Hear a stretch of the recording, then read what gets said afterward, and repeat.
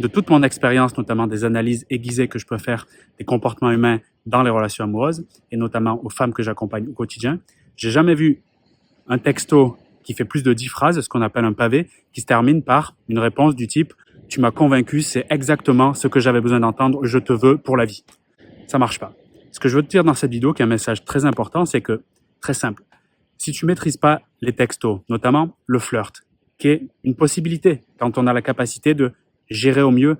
les comportements de l'autre, son intention, ce qu'on appelle la théorie de l'esprit en psychologie, comprendre où il va, qu'est-ce qu'il pense, qu'est-ce qu'il ressent. Éventuellement, on peut se lancer dans du flirt par texto et à la limite par petite dose dans des moments qui sont très bien calibrés. Mais pour le développement d'une relation de qualité, toujours dans cette intention d'avoir une belle relation avec un homme, je pense qu'il est largement préférable de se limiter, surtout au début, dans les phases de rencontre, à ce pourquoi à la base est fait un SMS, c'est-à-dire des messages courts pour garder le contact, prendre des nouvelles, éventuellement se proposer un rendez-vous ou annoncer qu'on va être en retard dans ce rendez-vous. Je trouve que c'est beaucoup plus risqué de chercher à comprendre quelque chose par message, voire de s'expliquer, voire encore pire de faire des reproches, que de se limiter à cet usage classique, parce que tout simplement, notamment quand on ne connaît pas encore la personne, si on l'a rencontrée dans un site, c'est-à-dire qu'on ne l'a pas vue physiquement une ou plusieurs fois, on n'a pas, et ça c'est le problème majeur, cette clarté sur son style de communication. Et je peux faire apparaître une personne quand je veux, boum, tu le vois tout de suite. Ça c'est la magie des vidéos. Et donc je disais, le risque,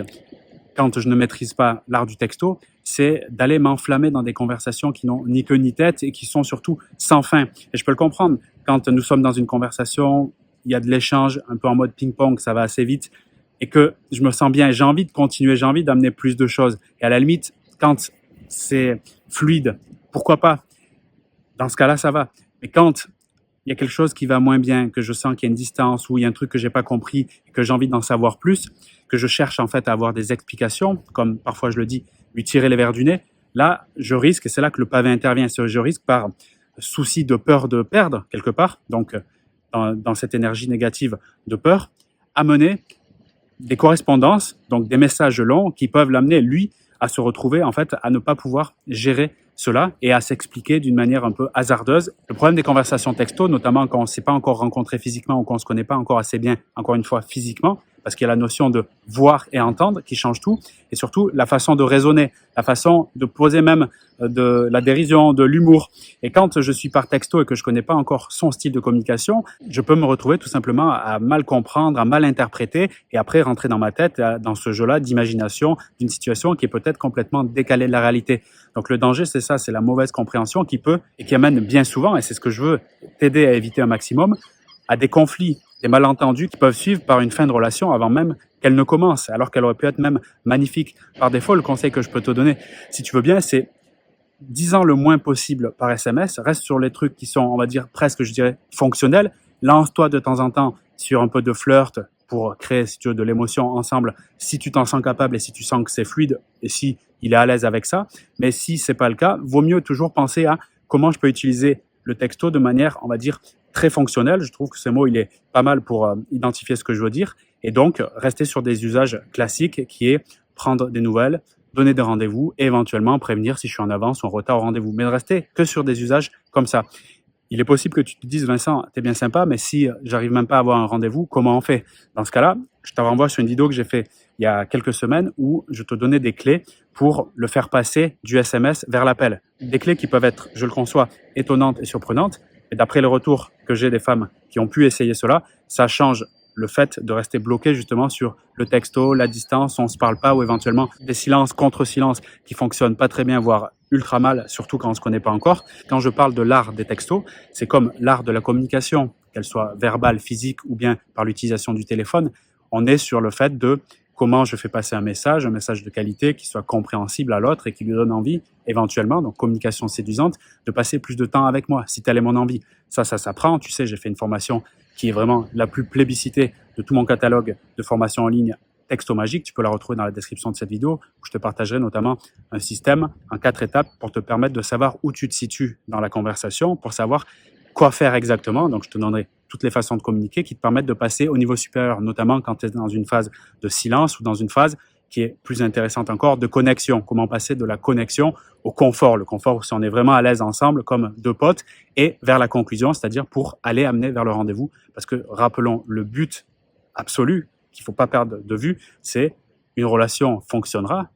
une relation pourrait être même très belle si on se voit, et si on se voit de plus en plus, ou en tout cas au moins régulièrement, selon les activités et la vie qu'on a. Donc ça, faut pas le perdre de vue, et quand tu as ça en tête, plus cette règle que je te partage dans cette vidéo, que si je maîtrise pas,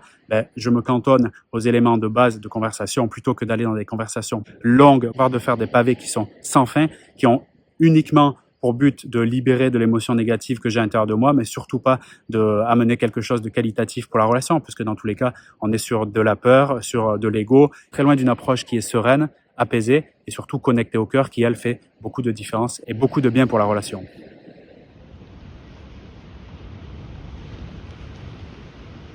Et une autre règle qui est très importante pour améliorer encore une fois la qualité de la relation quand on est sur le format texto, c'est d'éviter tout simplement de s'expliquer, de vouloir en gros régler ses comptes ou encore une fois essayer de comprendre des choses en profondeur et en subtilité par l'intermédiaire du texto. Mais je pense que tu l'as compris, vaut mieux passer par si possible l'appel ou le rendez-vous physique. En gros, c'est difficile, je le conçois et je le vis aussi, ça peut m'arriver de avaler à l'intérieur de soi et de garder à l'intérieur de soi son envie de poser le truc tout de suite maintenant parce que j'ai ma colère ou j'ai ma tristesse, etc. De le garder pour soi, peut-être éventuellement de faire un pas en arrière et de revenir quand je suis plus apaisé pour proposer de se voir, de s'appeler, d'avoir un rendez-vous pour parler des vrais sujets. Parce que à chaque fois, je le redis, c'est l'intro, à chaque fois que je vois, et je l'ai constaté encore avec un ami hier qui m'a partagé en fait sa conversation, j'ai vu sa capture d'écran, son écran qu'il allait me faire défiler puisqu'il est à côté de moi, à moins d'1 mètre de moi. Au moment où il s'est rapproché de moi, le simple fait que j'ai vu que le texto, il était plus grand que ma main, presque plus grand que son téléphone, j'ai compris tout de suite que ce qu'il allait me dire, c'est que ça va pas du tout et qu'il y a un conflit, ce qui était absolument le cas, encore une fois. Jamais vu un pavé qui se résolve par « Ah, c'est trop bien, je t'aime, tu m'as convaincu, c'est toi que je veux toute ma vie ». Peut-être qu'il va y avoir une exception à cette règle, et dans l'immense majorité des cas, en tout cas pour ma part, dans les 100% des cas, j'ai jamais vu un truc qui se remet bien avec de telles conversations. Donc, quand je suis dans ce délire, je m'abstiens, j'essaye de passer à l'étape supérieure qui serait au moins un appel, voire un rendez-vous, et si c'est possible, là, on pourra poser les trucs